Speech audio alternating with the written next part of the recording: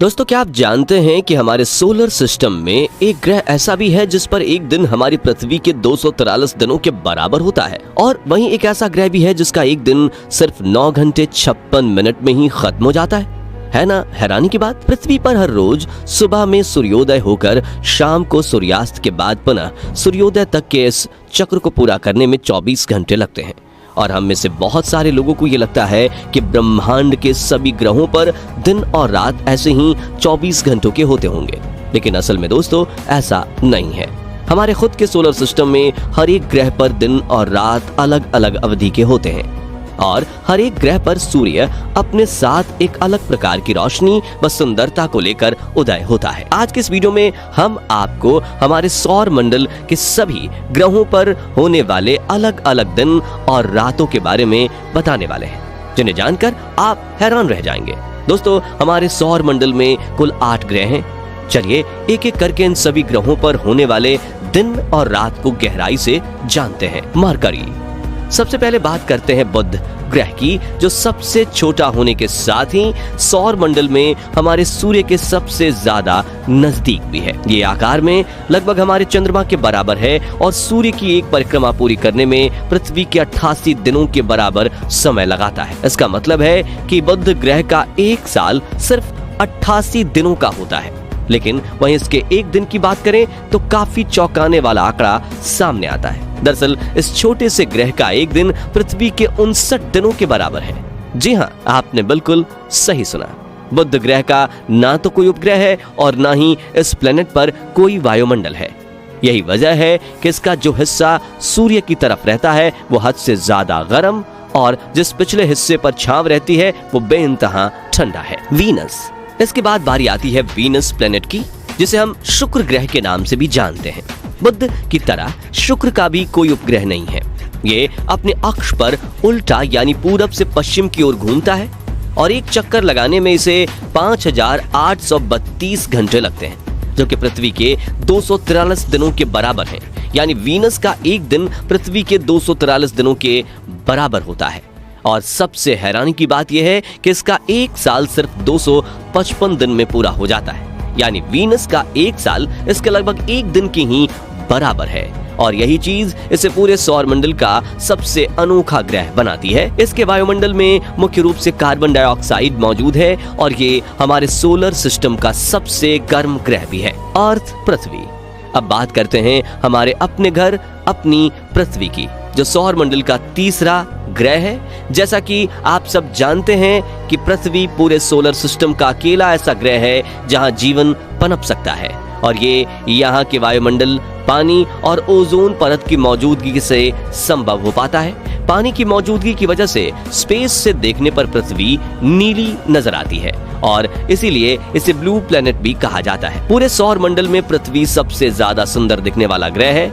अपने अक्ष पर घूमते हुए एक चक्कर लगाने में पृथ्वी को 23 घंटे 56 मिनट और 4 सेकंड का समय लगता है, लेकिन साथियों, सुविधा के लिए पृथ्वी के एक दिन को हम 24 घंटे का ही मानते हैं। वहीं सूर्य की एक परिक्रमा पूरी करने में इसे 365 दिन 6 घंटे 48 मिनट और 45.51 सेकंड्स लगते, लेकिन फिर भी हम पृथ्वी पर एक साल 365 दिन का गिनते हैं। हर 4 साल में बचे हुए ये 6 घंटे और 45 मिनट जोड़कर 24 घंटे यानी कि एक दिन के बराबर का समय हो जाता है, और ये एक दिन हम फरवरी के महीने में जोड़ देते हैं। इसीलिए हर 4 साल में एक बार फरवरी का महीना 28 की जगह 29 दिन का होता है, और इस 366 दिन के साल को हम लीप वर्ष कहते हैं। मार्स, मंगल।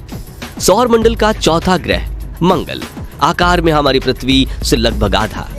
मंगल ग्रह की जमीन और मिट्टी का रंग लाल है, और दूर से देखने पर यह हल्के लाल रंग का ही नजर आता है, इसलिए इसे रेड प्लेनेट कहकर पुकारा जाता है। पृथ्वी के बाद यही इकलौता ऐसा ग्रह है जिस पर वैज्ञानिक जीवन बसाने की उम्मीद करते हैं। दिखने में ये काफी हद तक हमें हमारे पृथ्वी की पहाड़ियों और रेगिस्तानी इलाकों जैसा लगता है। साथियों, ध्यान देने वाली बात है कि यह पूरे सौर मंडल का सबसे ऊंचा पर्वत वाला यानी ओलंपस मोन्स वाला मंगल ग्रह है। ओलंपस मोन्स इसी पर मौजूद है। अपनी दूरी पर एक चक्कर पूरा करने में इसे 24 घंटे 37 मिनट और 22.1 सेकंड का समय लगता है। यानी मंगल पर एक दिन हमारी पृथ्वी के लगभग बराबर ही है, या यूं कहें 1.026 दिन के बराबर होता है। लेकिन सूर्य की एक परिक्रमा पूरी करने में इसे 686.98 दिन का समय लग जाता है। जिसका मतलब यह है कि मंगल ग्रह का एक साल हमारी पृथ्वी के 2 सालों से भी ज्यादा बड़ा होता है। वैसे क्या आपको लगता है कि हम इंसान मंगल को अपना दूसरा घर बनाने में कामयाब हो पाएंगे या नहीं? अपना जवाब कमेंट में शेयर जरूर कीजिएगा। जुपिटर, बृहस्पति। चलिए अब बात करते हैं जुपिटर यानी बृहस्पति की, जो पूरे सौर मंडल का सबसे बड़ा ग्रह है। ये गैस जायंट है, यानी पृथ्वी और मार्स की तरह इसका कोई हार्ड सरफेस या कहें ठोस सतह नहीं है। इसके आकार का अंदाजा आप इसी बात से लगा सकते हैं कि इसका मास सौर मंडल में मौजूद बाकी सभी ग्रहों के कुल मास से 2.5 गुना ज्यादा है। इसको आप ऐसे भी समझ सकते हैं कि हमारी पृथ्वी की तुलना में ये 318 गुना बड़ा है। इस जायंट प्लेनेट को अपनी धुरी पर एक चक्कर पूरा करने में सिर्फ 9 घंटे 56 मिनट लगते हैं, और ये चीज इसे सौर मंडल का सबसे छोटा दिन वाला ग्रह बनाती है। वहीं सूर्य की परिक्रमा की अगर बात करें तो इसे पूरा करने में जुपिटर को 4332.59 दिन लगता है, यानी जुपिटर का एक साल पृथ्वी के लगभग 12 साल के बराबर होता है। ये इतना बड़ा ग्रह कि इसके ऊपर उपग्रहों की संख्या ही 80 से 95 के बीच है। सैटर्न, शनि। सैटर्न यानी शनि जुपिटर के बाद हमारे सौर मंडल का दूसरा सबसे बड़ा ग्रह है। इसके चारों तरफ मौजूद छल्ले या कहें रिंग्स इसे सबसे अनोखा दिखने वाला ग्रह भी बनाते हैं। अपनी धुरी पर चक्कर पूरा करने में शनि सिर्फ 10 घंटे 40 मिनट लगाता है। इसके चलते इसका एक दिन हमारी पृथ्वी के आधे दिन से भी छोटा है, लेकिन सूर्य की परिक्रमा करने में इसे 10,756 दिन लग जाते हैं, जो 29.4 साल के बराबर है। जुपिटर की तरह सैटर्न भी एक गैस जायंट है, यानी इसकी भी कोई ठोस सतह नहीं है, और इसका घनत्व सिर्फ 0.687 ग्राम प्रति घन सेंटीमीटर है, जो पानी के घनत्व से भी कम है। इसका मतलब यह है कि अगर शनि ग्रह को एक विशाल समुद्र में रख दिया जाए तो ये पानी में डूबने की बजाय उस पर तैरने लगेगा, और ये सच में दिमाग घुमा देने वाला फैक्ट है। यूरेनस, अरुण। सौर मंडल का 7वां ग्रह यूरेनस भी शुक्र की तरह ही अपनी धुरी पर उल्टा यानी पूरब से पश्चिम दिशा की ओर घूमता है। आपको बता दें कि यह दुनिया में सबसे पहला ग्रह है जिसे टेलीस्कोप के द्वारा ढूंढा गया था, जिसे 13 मार्च सन 1781 में प्रसिद्ध एस्ट्रोनॉमर विलियम हर्शल ने ढूंढ निकाला था। नीले रंग के इस ग्रह को आइस जायंट कहा जाता है, क्योंकि इसकी सतह बर्फीली है। साथ ही इसका आकार पृथ्वी से लगभग 4 गुना बड़ा है, और इसके 27 उपग्रह भी हैं। इसका वायुमंडल मीथेन, हाइड्रोजन और हीलियम गैसों से मिलकर बना है। यूरेनस का एक दिन पृथ्वी के करीब 17 घंटे 14 मिनट के बराबर होता है, लेकिन सूर्य की परिक्रमा करने में इसे 30,687 दिन लग जाते हैं। इसका मतलब है कि यूरेनस का एक साल पृथ्वी के 84 सालों के बराबर है। नेपच्यून, वरुण। इसके बाद बारी आती है हमारे सोलर सिस्टम के 8वें और आखिरी ग्रह वरुण यानी कि नेपच्यून। यूरेनस की तरह ही वरुण ग्रह भी हमारी पृथ्वी से लगभग 4 गुना बड़ा है, और ये भी एक आइस जायंट है।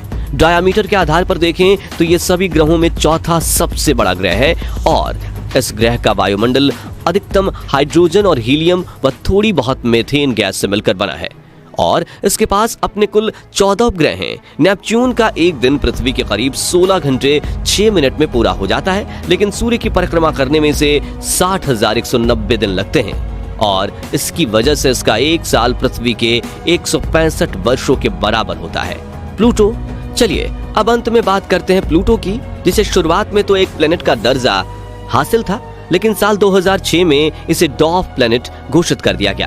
प्लूटो आकार में काफी छोटा है। अगर इसकी तुलना पृथ्वी से की जाए तो ये इसकी चौड़ाई का सिर्फ 1/6 है।